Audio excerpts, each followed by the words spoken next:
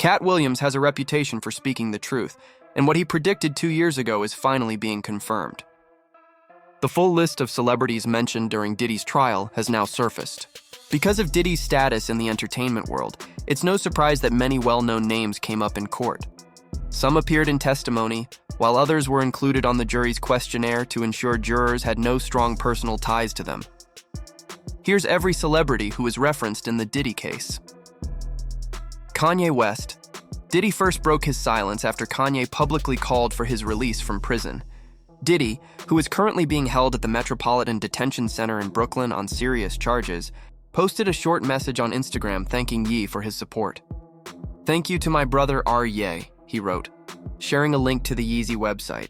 On that site, Kanye announced a surprising collaboration between his Yeezy brand and Diddy's Sean John fashion label. The news shocked fans, given the two had clashed in 2022 over Kanye's controversial White Lives Matter clothing line. Kanye's recent post even included a direct plea to former President Trump to step in and free Diddy. He revealed plans to split profits from the Yeezy x Sean John collaboration evenly. Since Diddy cannot collect income while behind bars, Diddy's short but thankful response signaled a shift in their relationship despite their rocky past.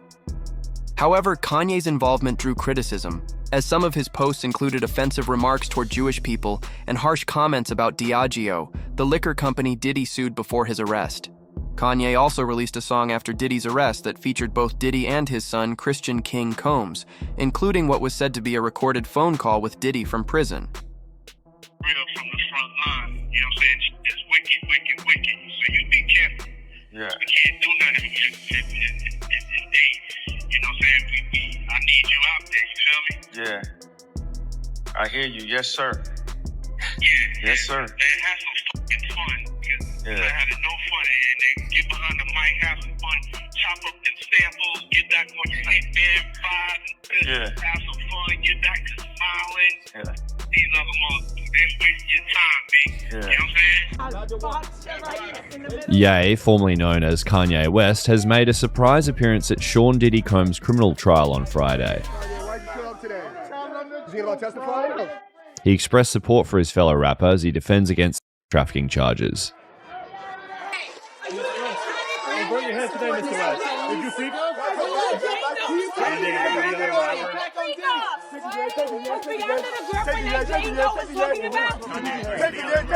Diddy's sons, Christian and Justin, were both handcuffed during the 2024 raid on their father's mansion. Christian is also facing a lawsuit connected to an alleged assault in 2022. Both brothers have been present in court supporting their father. Former bodyguard Gene Deal has suggested that Diddy's sons are following the path their father set for them, and may have unintentionally contributed to the legal trouble that landed Diddy behind bars. Reopening of the passing of Kim Porter and getting the book out so people can hear from Kim in her own words. Everything she was tricked into doing, everything she was forced into doing, everything she had to hide that was happening around her, and the moment when she decided, I'm going to do something about it. I'm going to stop this freak, and I'm not going to let him hurt another woman. I think for me, the reopening of her cause of death and that autopsy would be like one of the greatest testimonies for any of the Diddy victims. There are so many Diddy victims, and they don't know, but they need to know. They need to read that book. They need to see what she sacrificed for her children. Everyone needs to know Kim Porter's actual story. She was a really remarkable woman in so many different ways. Cassie's testimony included a shocking revelation about Kid Cudi. She stated that Diddy once threatened him. Not long after, Cudi's car mysteriously caught fire in his driveway, and he testified that he believed Diddy was behind the incident. You gotta realize, man, Kim's death wasn't even investigated, bro. Her death wasn't even investigated. And it should have been a proper investigation so all the family members can feel like that there was no foul play in her death. How is it that you know how we are as a people? I don't believe that 10% of your viewers that's watching this don't keep their phone when they go to sleep in arm reach. How is it that there was no electronic products or gadgets around Kim's bed? Her laptop missing, her cell phone's missing. Everything is missing that she could get in touch with her little girls if they not at home or her friends or family. All that's missing. How is it that, and this is hearsay, that the detectives did not even view the body in the bed where she died at? That the coroner them had already removed her, pronounced her dead, and told the detectives them that it was no foul play. And if that is true, as I've heard it, and we've read certain things on the internet about it, that case need to be reopened. We know that Kim, and it's in the this is in the documentation. Shout out to paperwork, at the paperwork part. I gotta shout him out, man, because he looked in the paperwork and it said Kim received a massage for about an hour when she's supposed to have full-blown pneumonia. Who gives somebody a massage when they got pneumonia? Former Danity Kane singer Aubrey O'Day has long spoken out against Diddy. She has called him a soulless man, saying her time working under him as a boss permanently changed the direction of her life. Hinting, saying, posting, I get calls, take it down or else, so on and so forth. But this is about Diddy, so let's be clear for everybody that doesn't know. Diddy, who's about to, his trial's about to start. Yeah, yes. They're selecting a jury. But you were on this train years ago. Yes, many, many years ago, I posted some information that was, basically trying to save my life. And thank goodness to my ex, the wonderful Kim Porter, the late Kim Porter, who, kind of warned me all along the way to, just kind of watch your back, so on and so forth. And I didn't understand why. Because of Diddy. Basically. Do you believe that she died of pneumonia? Absolutely not. Why? What evidence do you have? She was in the best of health. We just saw each other prior to her passing. We were actually celebrating our son's new Netflix Christmas special, and she was doing just fine. In fact, we were all at the event together at Netflix in the lobby. Sean, myself, the children, all having a great time. And I'm, grabbing Sean like, what? And she's in the back going, stop, So it was a really festive opportunity just for all of us to be together, because it's nothing like the circus that's out here. So it was, a lot of the stuff, came to surprise, but a lot of the stuff will be revealed. Kim Porter, Diddy's late ex-partner and the mother of 3 of his children, was also mentioned during questioning about the timeline of Diddy and Cassie's relationship. Porter died in November 2018 at the age of 47. The Los Angeles County Medical Examiner determined her cause of death to be lobar pneumonia, a serious lung infection, and ruled it natural causes. At the time, reports stated she had been battling flu-like symptoms in the days leading up to her death. Despite the official explanation, controversy and speculation quickly swirled. Some online voices suggested her death was not as straightforward as it seemed, raising theories of foul play. Diddy was highly paranoid right before Kim passed away. And when he found out that her and Cassie were still secretly talking and meeting, it became a very explosive situation for everyone who knew about it. I hate the fact that she felt so terrified to tell the truth about the man that she had 3 biological children with, that she felt the need to have to be as covert as she was. But I'm grateful that Kim got her truth to people that she trusted. Problem is she didn't know who she could trust and couldn't trust. I have no doubt in my mind that pieces of that memoir have been acquired by the home team. And that bad actors were incorporated so that they could put just enough spin to create reasonable doubt in the jury pool. It's a smart play because there is no way that these two people who really had absolutely nothing to do with anyone involved got this much information directly from Kim Porter. It didn't happen. I'm telling you that now. And every person that they have these salacious stories built around are people that Diddy has issues with. It lined up too good in his favor when you really think about it. And if I were him and I had a team of PR agents, the first thing that I would have done is let's get our hands on a piece of the book, get as much as we can. We'll take as much trash as we can, throw it around it, and put it out there. These theories gained traction when singer Al B. Sure, Porter's former partner and the father of her oldest son, Quincy, publicly stated that she had expressed fears for her safety. He hinted that she may have left behind diaries or other writings that could reveal her state of mind. Al B. Sure even went as far as to call her death a tragic murder. Moved to New York City. And I lived with Sean Puffy Combs for a year. That's the crazy thing. Now, that was L.A. Reid's idea, right? We're sending you over to something called Puffy Flavor Camp. There you go.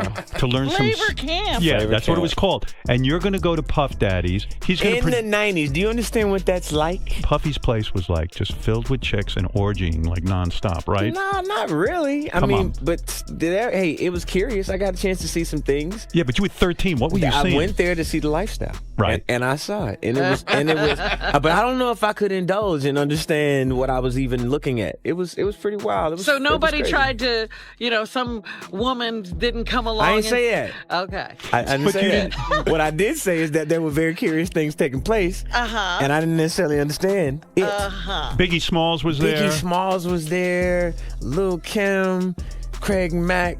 All these people are hanging around. Yeah, man. Faith Evans, And your parents Jodeci, were Mary J. okay? Blige. They didn't know nothing about this. Oh.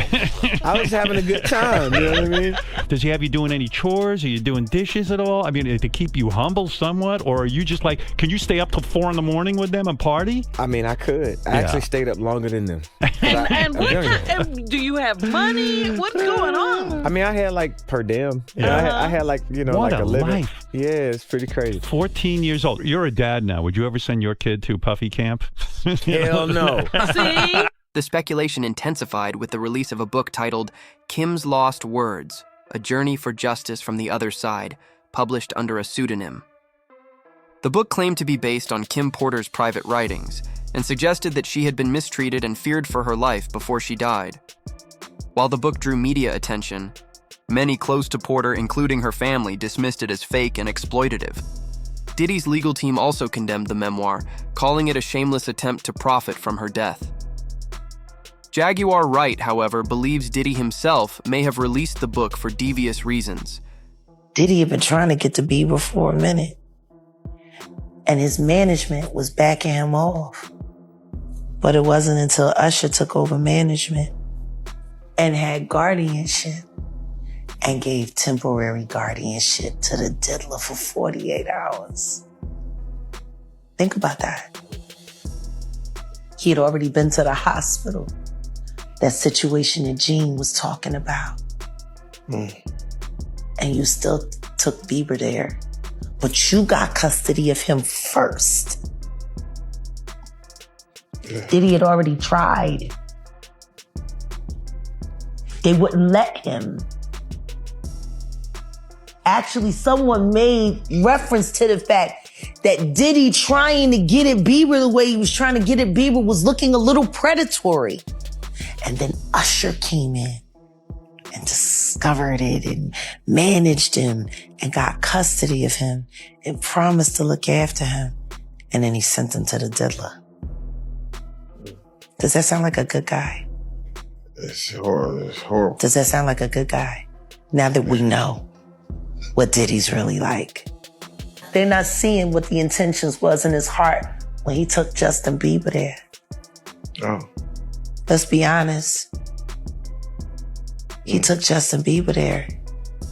Usher's name also surfaced in court during testimony from Dawn Richard. She described a 2010 incident at a West Hollywood restaurant where she claimed Diddy was aggressive toward Cassie during a private conversation. Judy.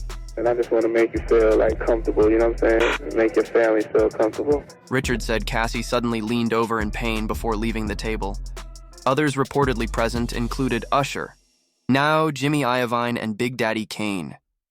Richard added that another altercation occurred later in the car, and the courtroom grew tense as she described it. Usher is also said to have been involved in helping Diddy gain access to Justin Bieber, of all. When I was a 18-year-old kid, just wanting to do nothing other than make my mother proud and make Belize proud and do what all of us want to do, be recognized for our talent and take over the world.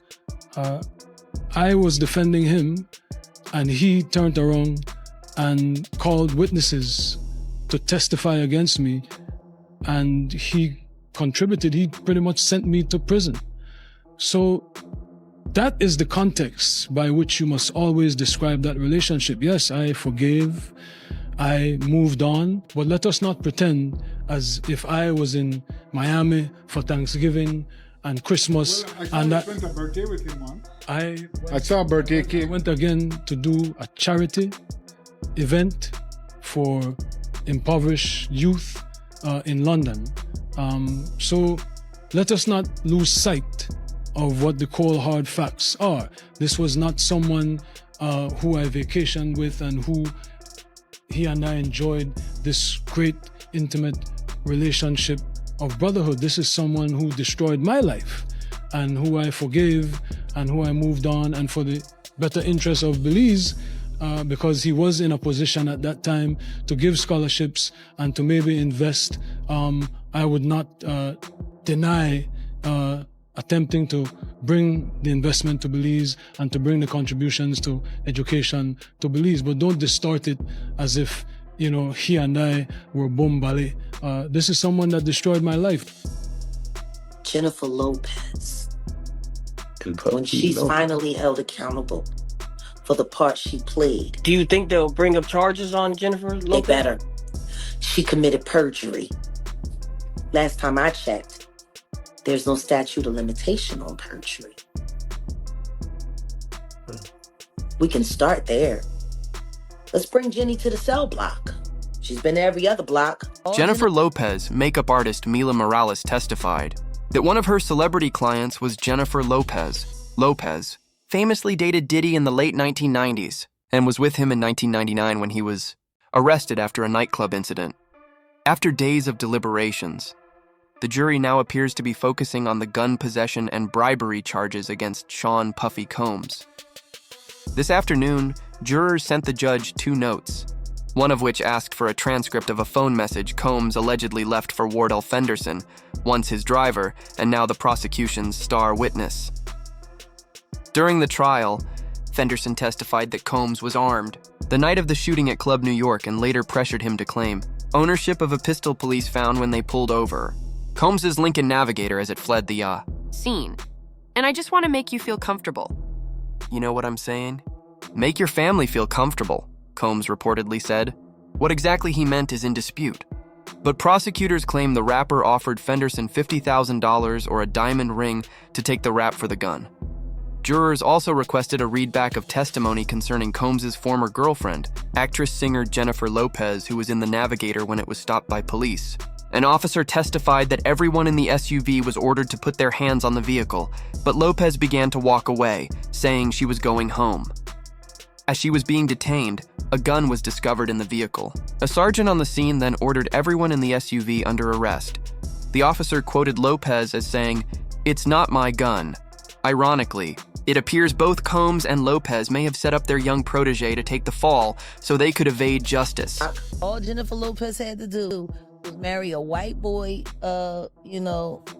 Oscar winner, for people to stop remembering that she had a gun in her pocketbook. She had gunshot residue on her hands the night that Natanya was shot at that club. For all we know, that bullet came from the gun that was in her hand, and not once has she spoken up for the betterment of that woman. Not once has she donated to her family or for her medical bills that she's still paying, or say something in her defense to stop Puffy from gaslighting her and trying to put hits out on her because he was afraid that maybe one day they would open the case and she still has the bullet fragments in her face. Like J-Lo has said nothing. Nothing. Do you think we will ever learn the full truth about any of these celebrities in the near future? Let us know in the comments.